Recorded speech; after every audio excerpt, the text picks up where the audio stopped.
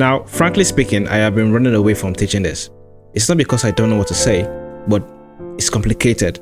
Starting feels like a mystery and ending is out of possibilities. But in this video, I am going to be teaching you modal interchange in a way that a 6-year-old will be able to understand and comprehend it.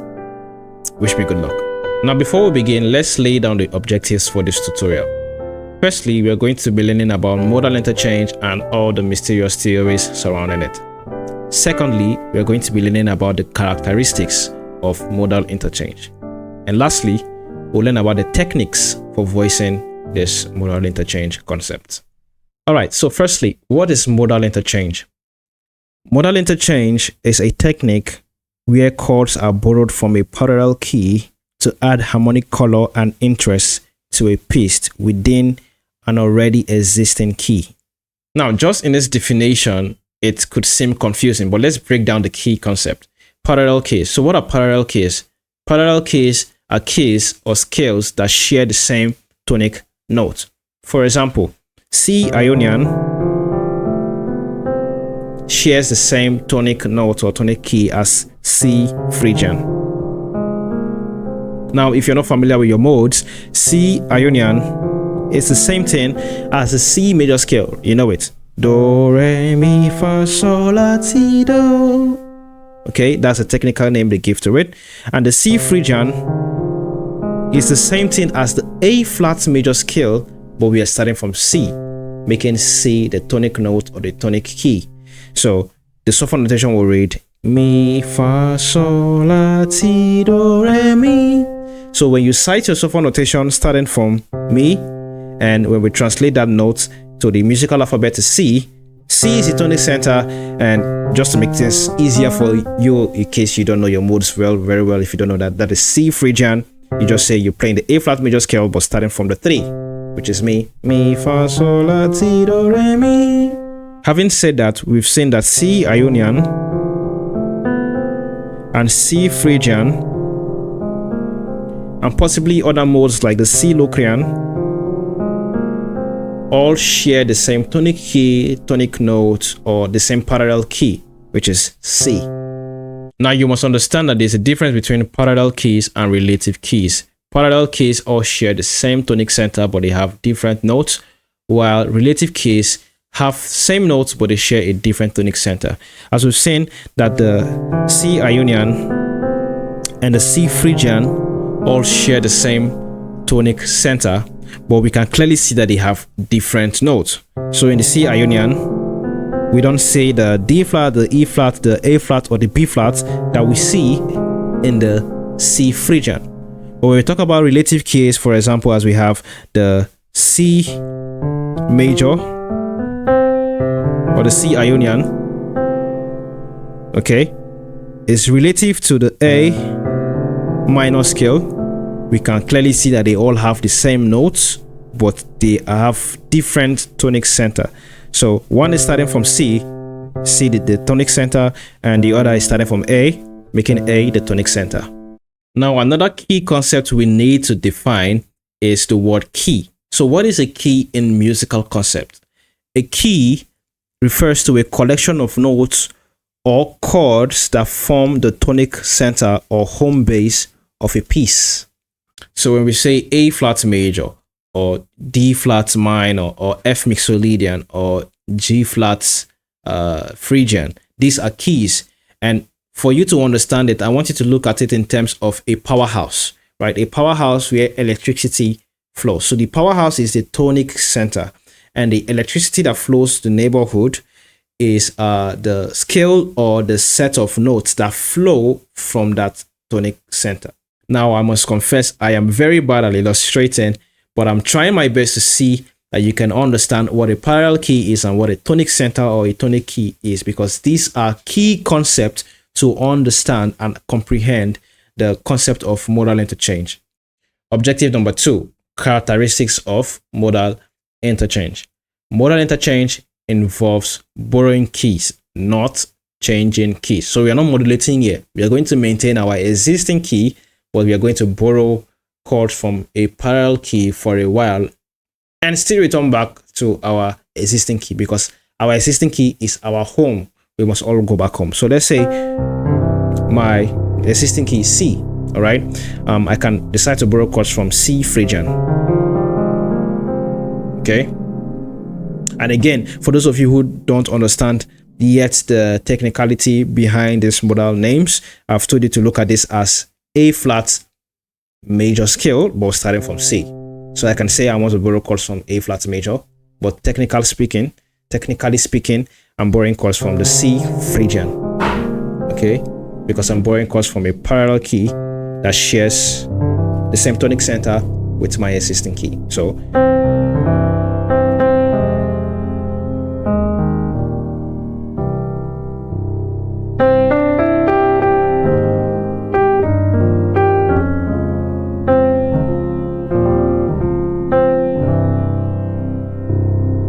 second characteristic is modal interchange must tend to resolve back to the original key. So we are not going to live in the borrowed key. All right, we're not going to live in the parallel key. We're only staying there for a while, and we must return back to the existing key. So my existing key again being C, and like I said, I want to borrow chords from C Phrygian, or as we said, you can look at it as the A flat major scale. I can play some chords there as I would in A flat major, but I must return back to C.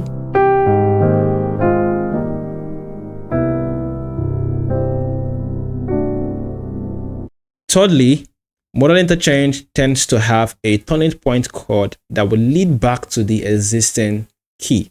So our existing key C, and let's just continue to use the C Phrygian as a borrowed key. And so whatever I'm going to do on C Phrygian, or as we've said, A flat major,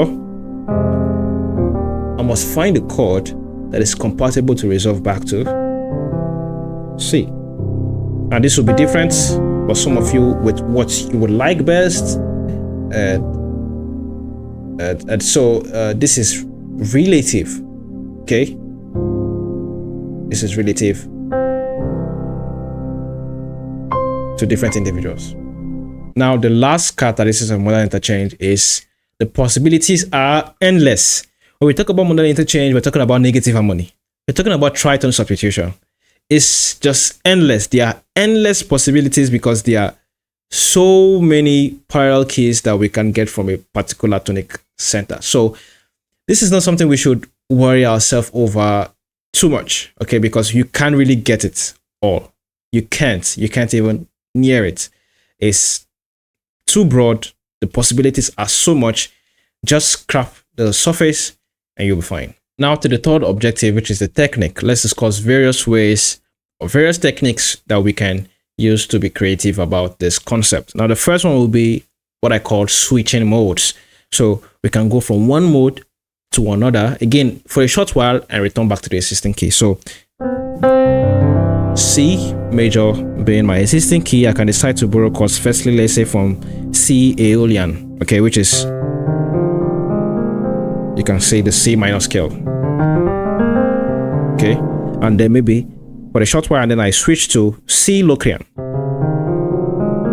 which is like the D flat major scale. Okay, I'm just using this terms for those of you who don't yet understand the modal names yet. Okay, so it's as if I'm borrowing chords from E flat major and then I borrow chords from D flat major and then I resolve. Even with that, you could get it. So let's say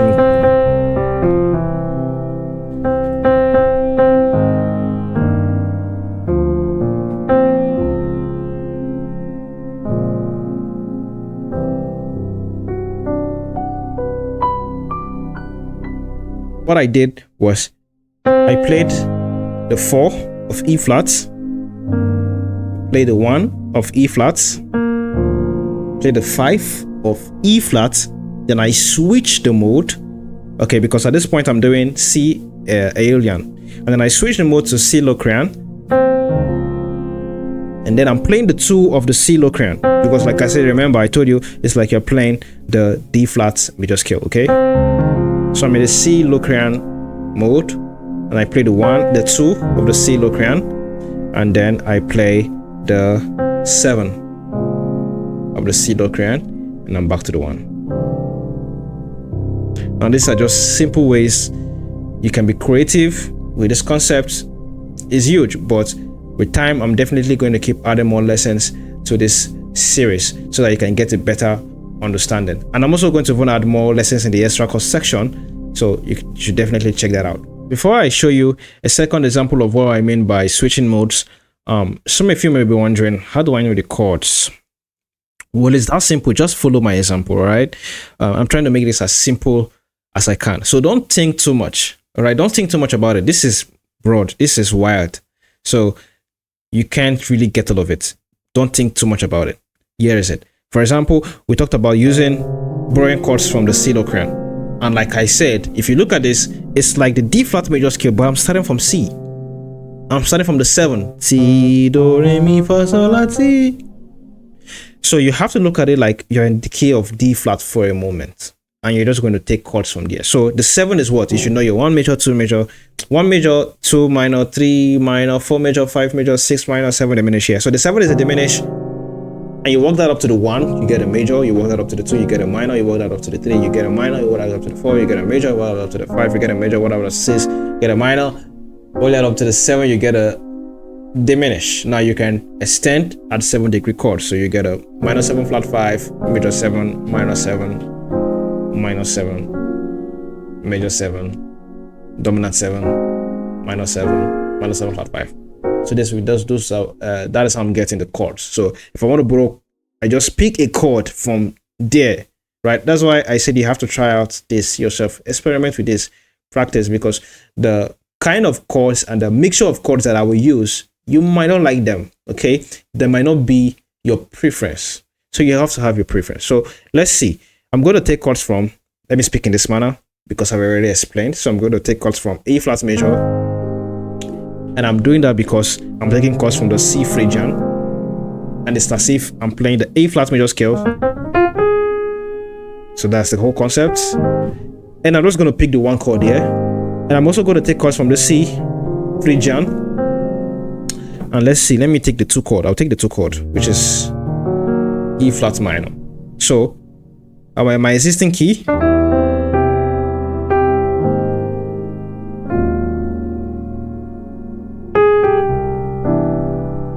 did you see that?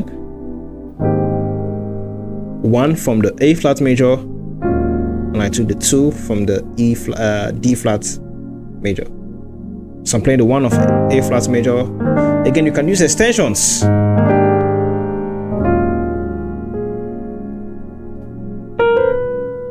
Now back to C major. Now the second technique you can use is simply to use maybe a chord or a set of chords. What I mean is a progression. So if you have to use a chord, our existing key being C, we can just simply use that D flat major 7 and resolve. You can also use E flat major 7 and resolve. F minor 7, just 1 chord. Okay. E flat major 9, F flat major 7. And I'm using this term so that you can understand what I'm playing. Okay, I don't want to confuse you because I know many of you, as I've said over and over again, are still not familiar with these technical names for this mode, but you should be. But we're trying to accommodate everybody here, right? We could be a set of progression. So let's say we can borrow chords from E flat major, which is C natural minor. So we can play, let's say, like okay, that's our existing key, C.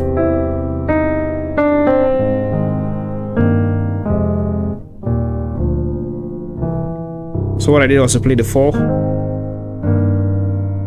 3, 2, 1, 5, and resolve. Okay, you could do maybe 2, 5.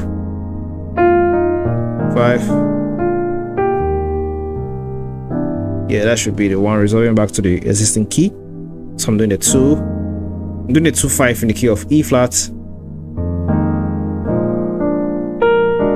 and then I resolve to C, which is my existing key. Okay, so many progressions you can do. 6.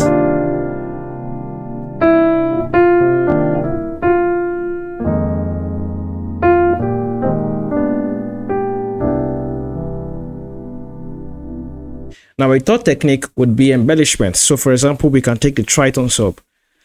So I'll take that 2/5 in the key of E flat, okay, but the 5 I'm going to substitute it for a tritone, then I resolve. You can hear it already, right? Yeah. Let's establish that. Yeah. You could also use triad pairing with drop twos. So let's say I can take a triad pairing from the key of A flat. So I'll take the 4, which is D flat major and E flat major. So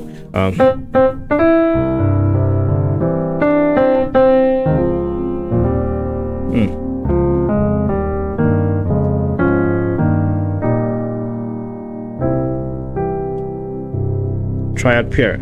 Again, I'm going to talk more about this in the next and upcoming lessons. All right, I'll talk about each of them individually in the upcoming lessons, but I'm taking my time to just lay the foundation and explain exactly what this modal interchange and how we tend to approach it, and other stuff like that. Another triad pairing could be in a chord. So we can take, let's say, this F minor, and you can look at it as borrowing the 6th from the key of A flat or the 2 from the key of E flat, whichever way you look at it. Okay, let it not be confusing. So I can do something like,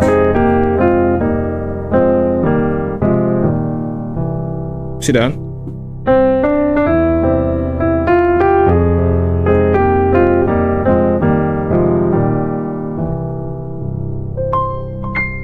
We could also use chordal harmony template. We've talked about this chordal harmony template in the intermediate section, in the intermediate roadmap. So we can take, let me say, a song like Mary had a little lamp, little lamp, little lamp. You see, I borrowed the 1 and the 5, the key of E flat, right? Now it's up to the 1.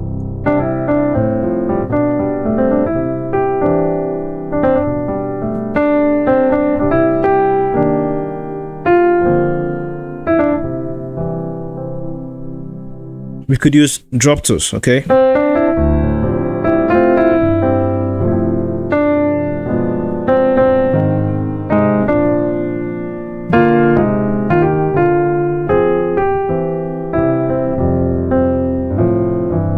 So I'm simply doing drop twos in the key of E flat.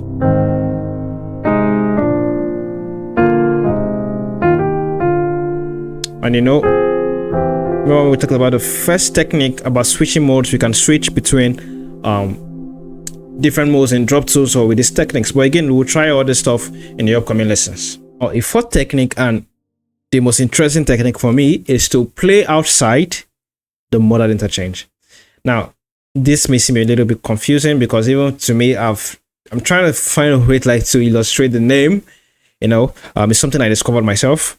So it goes like this. Let's say we're in the key of F. Let me try to explain this. Definitely going to expand on this. Okay, so let's say we take the song Trust and Obey. So trust and obey, there is no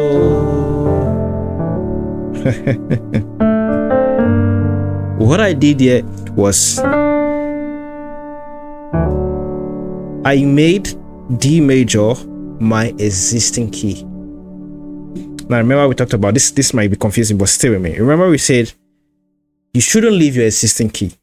All right, you maintain the existing key, but you can also switch that.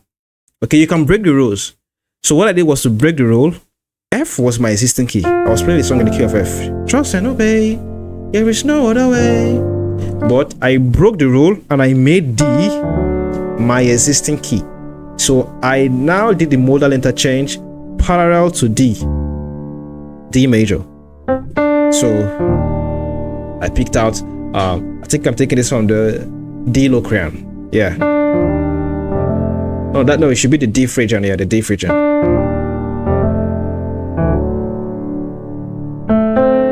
while coming back to the original existing key. I had two existing key. The first one was F and the second one was D, but I had to, the D is like the secondary existing key, we can call it that, you see. So you can call it that, the secondary existing key, and the F is the primary existing key. Now you can try this in other options, okay, but we'll talk about this in further lessons.